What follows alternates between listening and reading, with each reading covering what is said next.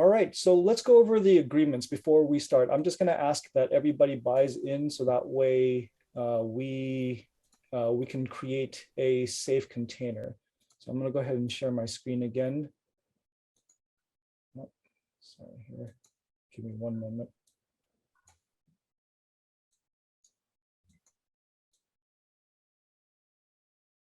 All right, can everybody see the slide? Yes. Okay, great, thank you. All right, so I covered I statements and also we did the check-in already, so I'm going to go ahead and skip to our agreements. So the first one is confidentiality. What I say here is confidential. Outside this circle, I will not share another person's words, actions, or identity. I will only speak of my own experience and personal insights. Assume that there are mandated reporters in attendance who have a legal responsibility to report cases of abuse or potential abuse. Ethical relationships. This is not a business group. No solicitations. Non-violence. Violence can be physical, verbal, emotional, or spiritual. I acknowledge that my words and actions have an impact on those around me. I take responsibility for my words and actions. No drugs or alcohol. I will not attend the group while under the influence of alcohol or recreational drugs. If I break this agreement, I will tell the group and accept the choice of the group in handling this to create a space for— I noticed. Ranice, if you could mute, please. I'm sorry. I thought it was. Thank you. And participation. I will speak openly and truthfully in I statements, not you or he or she or they statements. Anyone may pass at any time. Anyone may stop a process, especially in the interest of maintaining safety. I'm not here to give advice. If I want advice, I will ask for it. I will ask for permission before offering feedback. I'm responsible for taking care of myself. If I need something, I will ask for it. If I have questions, I will ask. And so if I could just get everybody to buy into that, if I could just get a raise of hands. If you choose not to abide by these agreements, then I'm just going to ask you to step out. And so I appreciate you all for accepting the agreements. All right, so let's take a look at our objectives. The objectives are to first understand the basic emotions and feelings, some judgmental language, how that affects the boys, getting an understanding of the mask and limiting beliefs, as well as positive emotional spaces and skills to develop when learning about emotional intelligence. So what is emotional intelligence? So I'll give you my definition of it. And the way that I see it is emotional intelligence is the ability to understand and regulate your own emotions as well as the emotions of others. So I'll say that again, because this is really important. Emotional intelligence is the ability to understand and regulate your own emotions as well as the emotions of others. The first part of that is understanding your own emotions. So let's talk about that first. So how many of you know or take the time to identify what you're feeling in the moment, just by a show of hands? Yeah, thank you for that. And I think that for most of society, that's not an easy thing to do, right? So let's talk about the emotions. The five main emotions that we're going to talk about today are anger, sadness, joy, fear, shame, and guilt. Sorry, that's six. The first one being anger. Anger is a bit complicated because it's possible that it's both a fundamental emotion, but also a mask for other emotions that are difficult to talk about. Anger is a boundary setting emotion and exists in relation to boundaries and safety violations, whether they're real or imagined. This is important because anger can be triggered by perceived violations as well as physical violations. Anger also exists in relation to expectations, whether they're spoken or unspoken expectations, or maybe even your own ideas about how people, things, and concepts should act or play out. Anger arises when a boundary is violated, and that can be due to our own actions. While anger is a guide to understanding our boundaries and expectations, it can be damaging to our relationships if it's not managed properly. An example of a boundary violation is that, for example, I don't like to be told what to do. When someone tells me what to do without good reason, I get angry. And an expectation violation is I expect people to be considerate of my time when they make plans with me. When they don't inform me of their tardiness or lack of presence, I get angry. So think of a time when someone or something violated your boundaries or expectations, or when you had the perception of a violation. And by a show of hands, how many of you can relate to this emotion? Yeah, thank you for that. The next one is sadness. Sadness exists in relation to the people, places, or things, and sometimes concepts which were present in our lives and are now gone, whether it's temporary or permanent. Sadness is retrospective and tells me what has been or is still important to me. We learn about object permanence as children, and then we grow up in a world of impermanence. So sadness is a tool that allows us to navigate the world and is our process of letting go. It's critical in the formation of compassion and empathy, but it can also lead to self-blame and a perceived inability to change our circumstances. Think of a time when you lost someone or something. How many of you can relate to that emotion? Yeah, we've all had loss in our lives, right? The next one is joy. Joy exists in what we find pleasure in. It's a feeling of deep connection and appreciation in relation to our immediate environment or current circumstances. Joy is our tool of positive reinforcement. But it can also be toxic if it's allowed to turn into addiction, for example. Pursuing joy can come at the expense of others or to the exception of your own responsibilities, or even to avoid experiencing other sensations. Think of a time when you had a profound connection and appreciation in your life. How many of you can relate to that emotion? So I'm having that emotion right now, being able to connect with all of you. And think of a time when you sought joy to avoid experiencing other emotions. How many of you relate to that emotion? Yeah, that one can be tough. The next one is fear. Fear exists in relation to threats, whether they're real or imagined. Whenever our lives or the people, places, things, or concepts in it are threatened, we experience fear. Fear is what keeps us alive and points out threats in our world when things are uncertain. It's also the negative thoughts of what might happen in the future that directs us to avoid possible harm. It reminds us that we need a safe space, but it can be an obstacle when it drives us to hide ourselves from the world or push others away. Think of a time when you perceived a threat to something of value to you. How many of you relate to that emotion? Pretty amazing that we're not bothered by it. Yeah, thank you. So the next one is shame. And I separate shame and guilt because I see them as slightly different from each other. So let's cover shame first.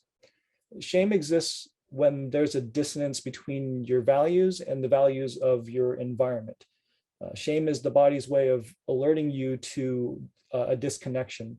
It's the feeling of I'm bad, which is a focus on self rather than the behavior.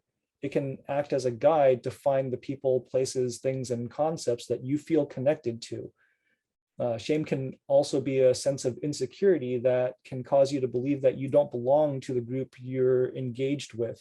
and is not a positive or is not a driver of positive change.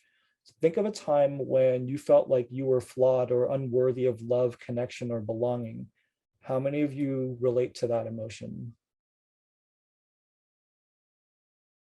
Yeah, thank you. And the last one is guilt.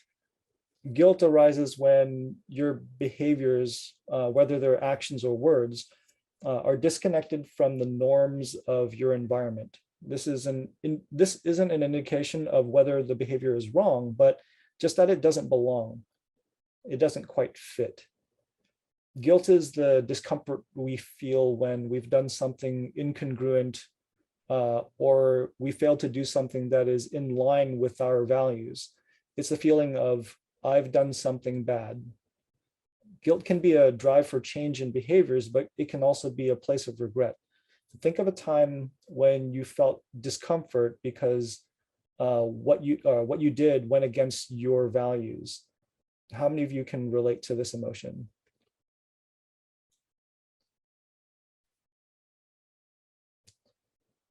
So what I want to do is a little bit of an exercise where I want you to take a moment and pick an emotion that you connect with or one that resonates with you, and take a moment to reflect and breathe into that emotion.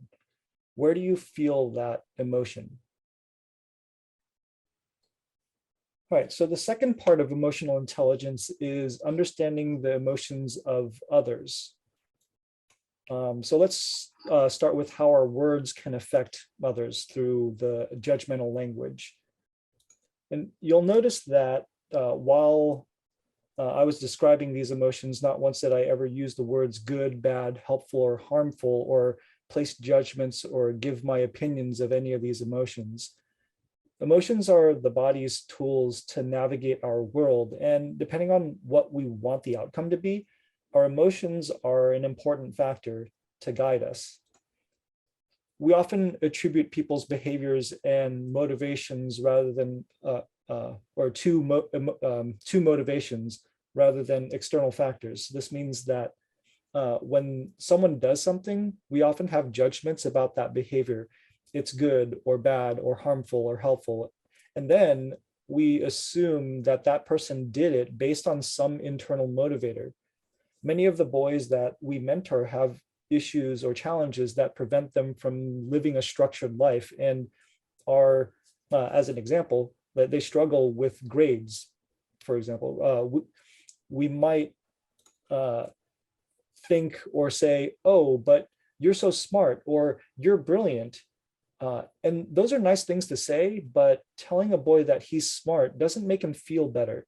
It just tells him that he's not good enough because he's not getting good grades despite being smart enough or brilliant enough to do so. It's more clear when we start to use generalizations that are considered negative attributes. For example, you're so selfish is a generalization, and it tells a boy that everything he does is out of selfishness. You're disruptive tells a boy that everything he does is to gain attention and isn't productive. Instead of saying you're selfish, pointing out the behavior by saying you acted selfishly when you didn't share the bag of chips is a much more productive way to admonish unwanted behaviors. And this redirects the focus from shame, which is I am bad, to guilt, which is someone did a bad thing, right? I did a bad thing. This isn't to be confused with affirmations. If a boy expresses an accomplishment, using one of the relevant phrases is an affirmation that because he's brilliant or because he's hardworking or whatever, he is able to accomplish this goal. We want to avoid using this kind of language when a boy has expressed a struggle with meeting his goals, or just general use without relevancy or context. So in order to avoid generalizations, focus on the behavior and how it serves him. Avoid judgments about what you think it does for him, and focus on what he wants and if that behavior is serving as the correct tool to get him to what he wants. Rather than saying, you're smart, so you'll have no trouble getting your grades up, which tells him that you disapprove of his grades and that he should be able to do better when you don't know what the external factors are that are preventing him from achieving the goals he wants. You don't even know what grades he wants. And instead, you can ask the questions that reveal what he wants for himself. For example, where do you want your grades to be? What kind of support do you need to get those grades? Is what you're doing right now helping you get the grades you want? What can you do instead? By asking these questions, we keep the conversation open and allow for growth opportunities. This is a reminder to check your ego and your judgments, because if you catch yourself wanting the boy to understand now, or that if you could say the right thing or ask the right question, you can change this boy's life. And if you're thinking that, then you might be listening through a filter of your own ego and judgments. You don't get to choose when and how people change, or even if they change at all.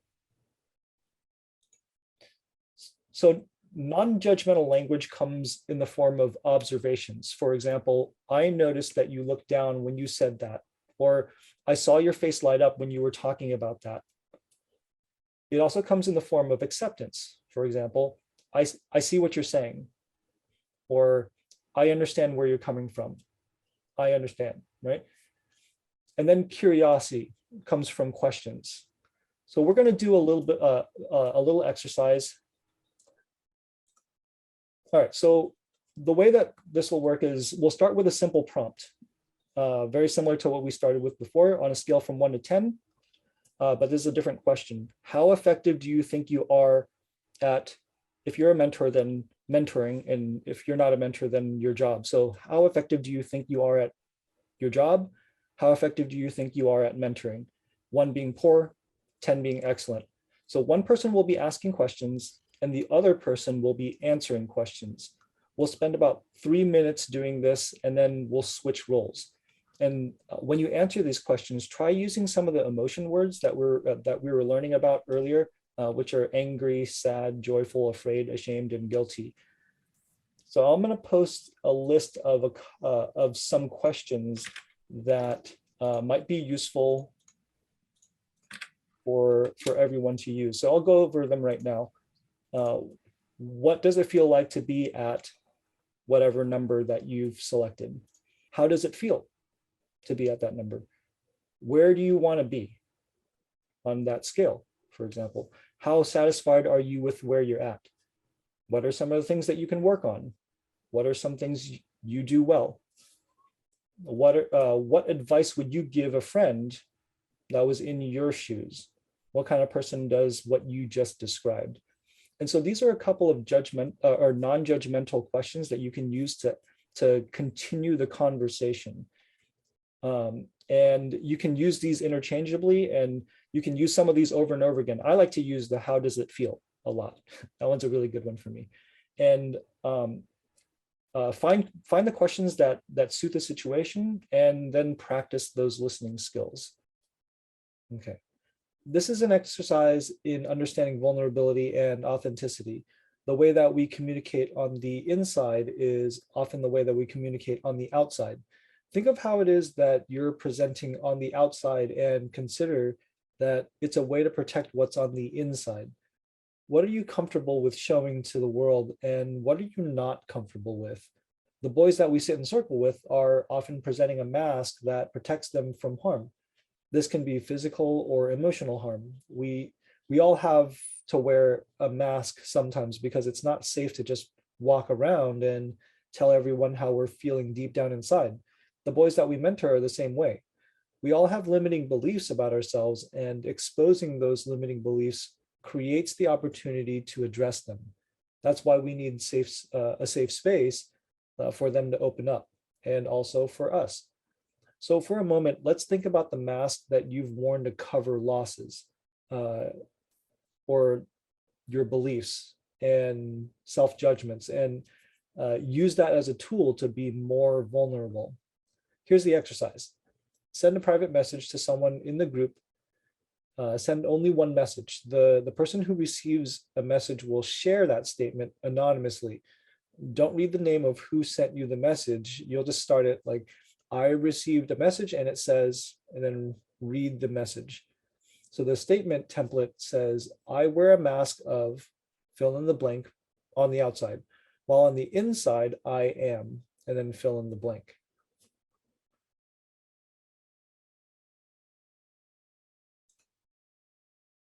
And so go ahead and take a minute to do that, and then we'll go ahead and share statements.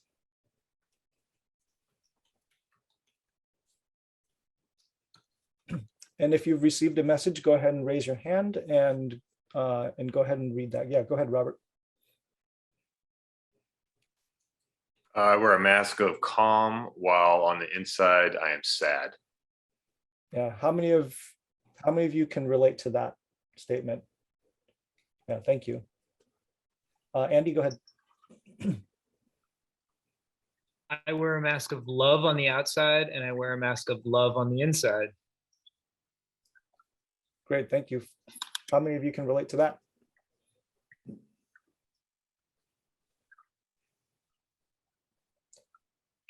Who else? Robert Hughes? I wear a mask that I'm composed and on top of things, while on the inside, I don't always know what to do. Yeah, how many of us can relate to that? Yeah, thank you for that. Robert Hughes? Yes, I wear a mask of happy-go-lucky person on the outside, while on the inside, I'm struggling with something challenging. How many of us? I have a second one as well. Do you want to address that one first? Yeah, let's address that one first. I wear a mask of happy-go-lucky person on the outside, while inside, I'm struggling with something challenging. Yeah, thank you. Alan, did you want to share one? Okay. Who I else? have another one here. Yeah, go ahead. I wear a mask of silence on the outside, while on the inside, I am anxious. Yeah, how many of us can relate to that? Mhm. Yeah, thank you for that. Carolyn, go ahead. Yeah, I wear a mask of braveness on the outside, while on the inside, I feel fear. Yeah. How many of us can relate to that? Yeah, thank you for that. Joseph, did you have one to share?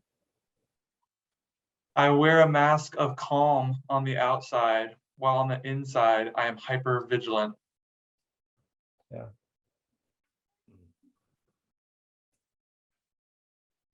Aiden, did you have one to share? Yes. I wear a mask of anger on the outside, while on the inside, I feel less than and unimportant. Yeah. I have one more as well. Yeah, go ahead. I wear a mask of positivity, while on the inside, I feel frustration. Yeah, how many can relate to that? Yeah, thank you. I know that there are probably plenty of other ones to share, but in the interest of time, I'll just ask, how did it feel to know that other people in the circle struggle with with similar things and wear a similar mask as you do? Would anyone like to share their experience?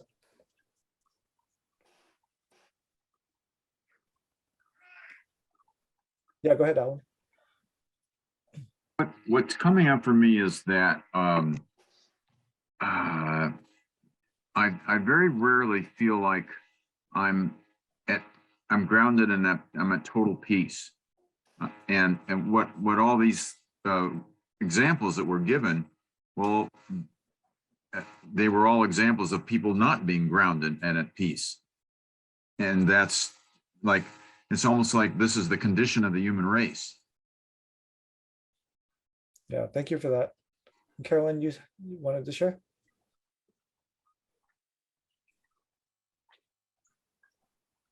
Confirmation, I guess, that we're also human, and regardless of where we're at or how old we are or how young we are or where we are at geographically, that we all share similar experiences of emotion. Yeah, thank you for that. Would anyone else like to share their experience in this exercise? Sure, I find it liberating, Tom. Just it kind of frees me, right, to be able to understand that other people are feelings and thinking thoughts that are really no different than the ones that I have. And it's affirming, right? So it also gives me permission. It helps in that sense. It's liberating in that sense as well. It gives me permission to just state the things that I'm truly feeling without having to feel shame or any negative emotions about it, because everybody else going through the same stuff, right? Yeah, thank you for that. That permission piece is a big one for me. Yeah, thank you. All right. Any last call for, or a last call for anyone else to share? Would anyone else like to jump in? Pam, I just wanted to comment. I'm glad you caught yourself right there at the end. That's a big one for Yeah. me. Yes. Good. Yeah, thank you for that.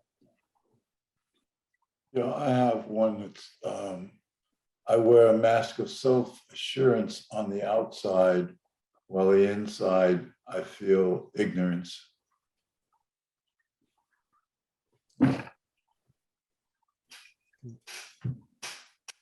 Yeah, thank you for that. Yeah, I find that for me, this is a really powerful exercise for me to feel connected and feel like I'm human, just like everybody else. And it helps me to have a lot more compassion for everyone around me. So, yeah, thank you for that.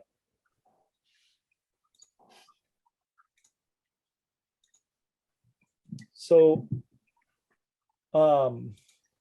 let's talk about positive emotional space. So the emotions that we feel when things are going well are joy, happiness, calm, contentment, gratitude, and relief. There's also this relatively universal feeling of foreboding joy, where people are afraid to experience joy. It's as if we're just waiting for the other shoe to drop. It's that knock on wood feeling, because if we allow ourselves to feel joy, then we're also, for whatever reason, inviting disaster. So let's take a look at each of these positive emotions. We've talked about joy already, so let's take a look at the other ones. So happiness is a stable and longer lasting sense of control and a feeling of pleasure. It's typically experienced in relation to our immediate environment or circumstances. It's a trait, which means that it's something that we embody and is a part of who we are, as opposed to a fleeting experience. Calm is a sense of mindfulness that allows us to manage our emotions. We're able to experience our feelings without reacting to strong emotions. Calm allows us to respond intentionally and is a state of being. It can be influenced by strong emotions. So practicing mindfulness is a great way to be intentionally calm.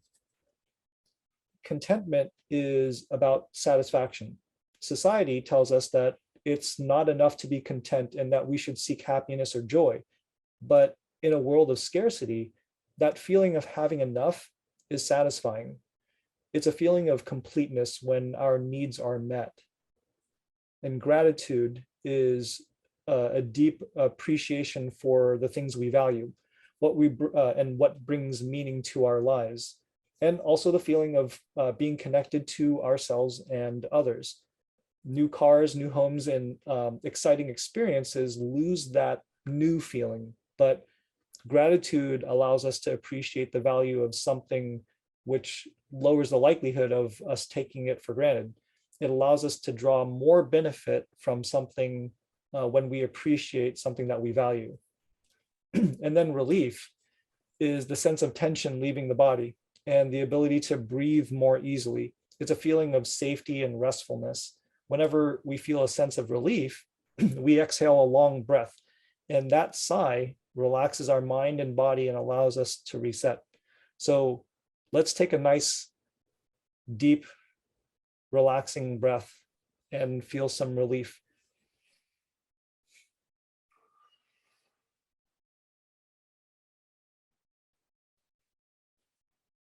So positive emotional space doesn't mean that anger, fear, sadness, shame, and guilt are no longer part of our lives. These are just great tools to use when we're not where we'd like to be emotionally.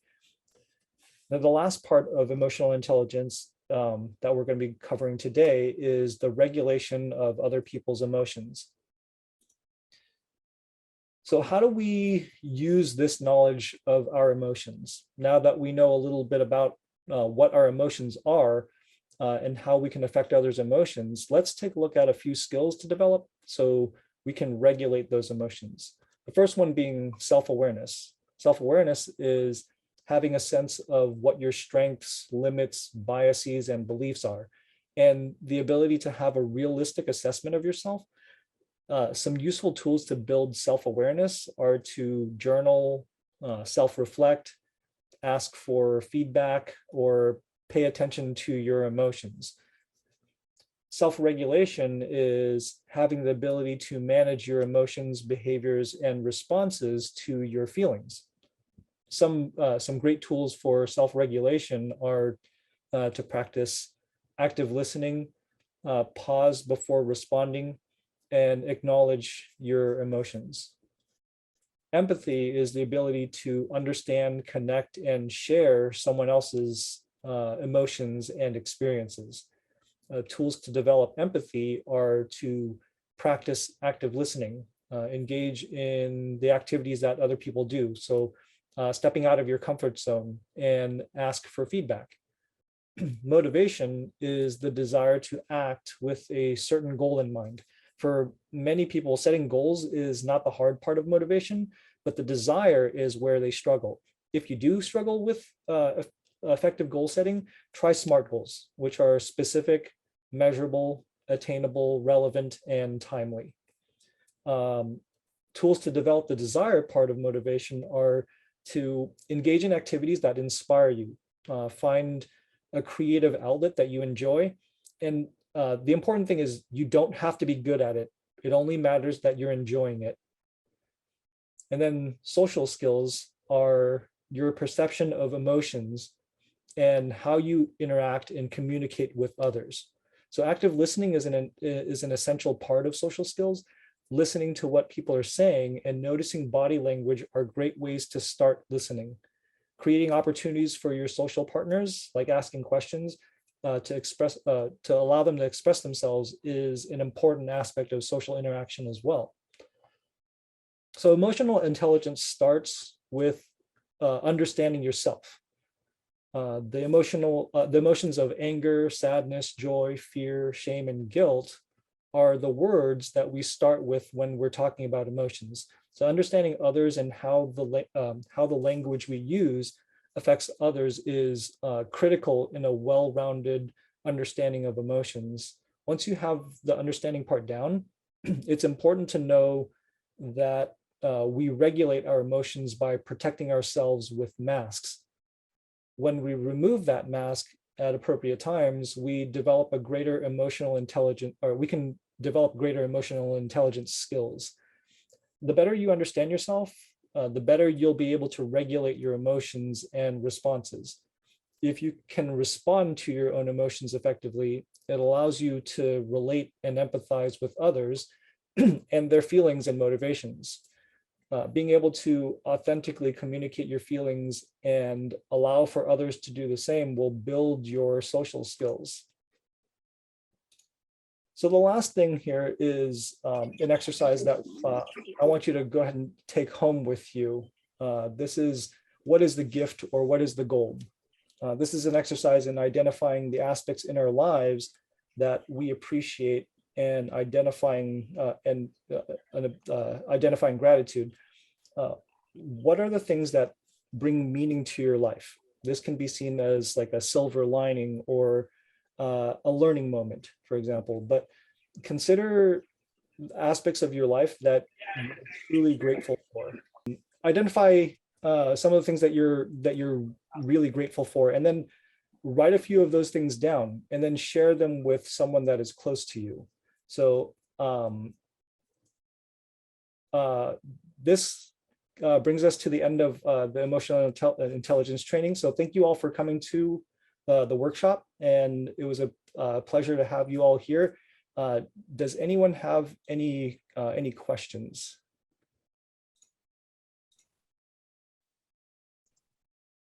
Yeah, can I have your slides and notes because they're really, really good. Yeah, thank you. So we'll talk about that later. Thank you. Yeah, you crushed it. Thanks, Tom. Yeah, thank you.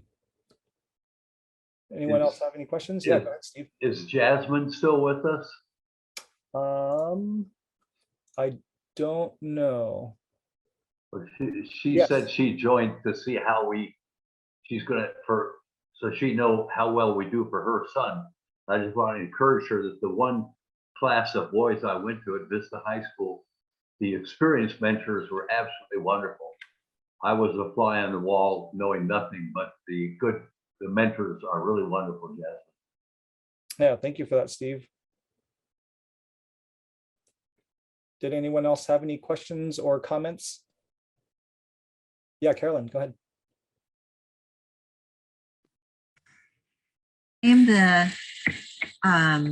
I'm the grant writer for Boys to Men San Diego, Boys to Men Virginia, and Boys to Men Hawaii, which is why I decided to take this emotional training. And I just want to thank you, Tom, for providing this training and engagement and everyone being present.